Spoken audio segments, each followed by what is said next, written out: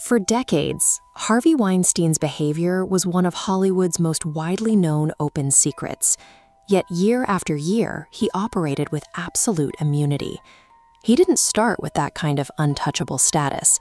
In the 1970s, he was a concert promoter in Buffalo, but after founding Miramax with his brother Bob, he amassed a foundational power base that gave him total leverage over the independent film industry.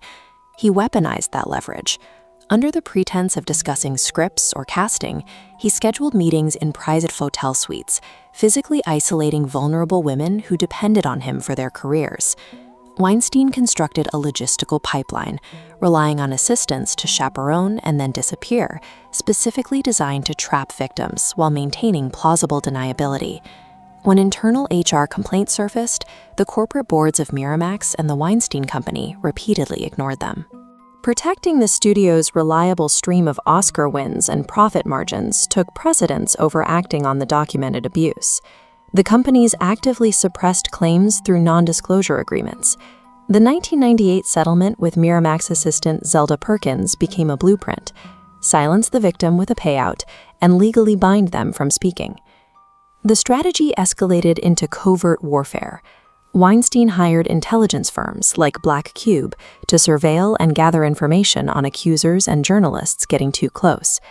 He also maintained relationships with tabloid editors, running catch-and-kill operations to purchase the rights to damaging stories and bury them before they could ever see print. A multi-billion-dollar corporate infrastructure surrounded him, with legal threats, financial payouts, and intelligence operatives running interference. Pursuing formal justice became practically impossible.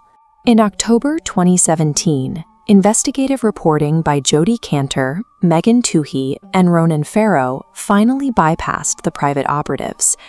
Their published accounts finally shattered the NDA shield that had held for decades. The revelations ignited the #MeToo movement. The battleground immediately shifted from private hotel rooms and closed corporate boardrooms to the global public square. But the delay caused by those NDAs created an enormous hurdle for the justice system. Because the reporting was suppressed for so long, prosecutors possessed zero physical forensic evidence. There was no DNA, no rape kits, leaving them to build their entire case completely on witness testimony. Going into the 2020 New York trial, prosecutors faced a difficult reality. They had to prove charges of rape and sexual assault beyond a reasonable doubt without a single piece of physical evidence. To bridge that gap, they relied on what's known as the Molyneux rule. They called uncharged accusers, like Annabella Sciorra, to testify specifically to establish Weinstein's deeply entrenched, repetitive pattern of predation. The defense countered by focusing on the victim's behavior after the assaults. They pointed to continued contact and friendly emails, weaponizing typical trauma responses to argue the relationships were purely transactional and consensual.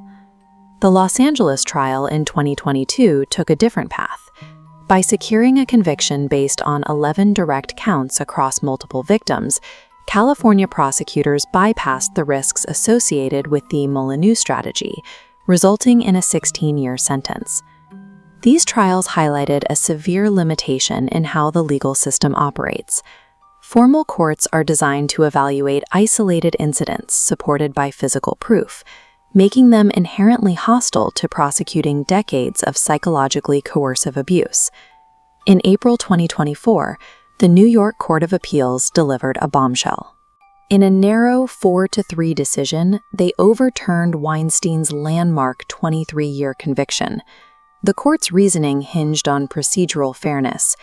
The majority concluded that admitting uncharged accusers severely prejudiced the jury. The defense successfully argued that Weinstein was put on trial for uncharged crimes, convicted based on his past behavior rather than concrete evidence.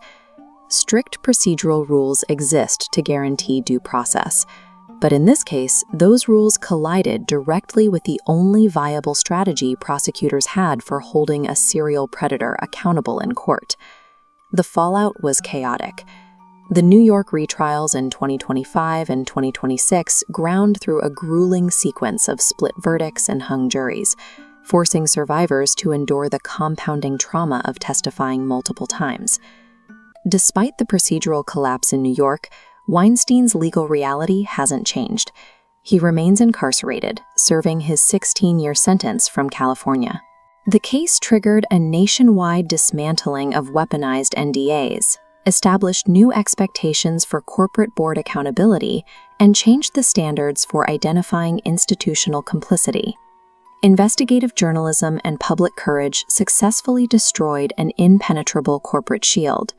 But the grueling legal roller coaster that followed proves that our formal criminal justice system remains profoundly ill-equipped to handle entrenched, institutionalized predation.